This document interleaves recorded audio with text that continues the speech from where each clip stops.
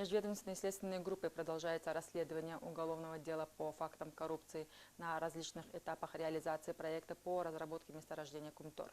Досудебным производством были установлены преступные действия бывшего первого вице-премьер-министра Кыргызской республики Таирбека Сарпашева в сговоре с высшим политическим руководством страны и представителем канадской компании «Цинтера», направленные на лоббирование интересов данной компании в ущерб экологической безопасности ледникам, расположенным на руднике Кумтор. Следствием установлено, что Таирбек Сарпашев, занимая ответственные должности в правительстве Кыргызской республики в интересах компании «Цинтера», препятствовал разработке и принятию проекта закона о ледниках, обеспечивающего сохранность ледников.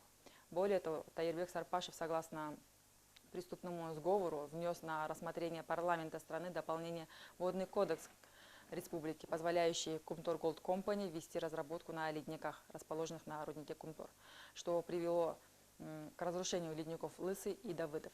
С учетом установленных следствием преступных действий Таирбека Сарпашева, не отвечавших интересам страны, 17 июня 2021 года был задержан по подозрению в совершении преступления, предусмотрено статьей 319, частью 2 коррупция Уголовного кодекса Кыргызской республики. В ближайшее время Таирбек Сарпашев будет уведомлен о подозрении в совершении отмеченного преступления.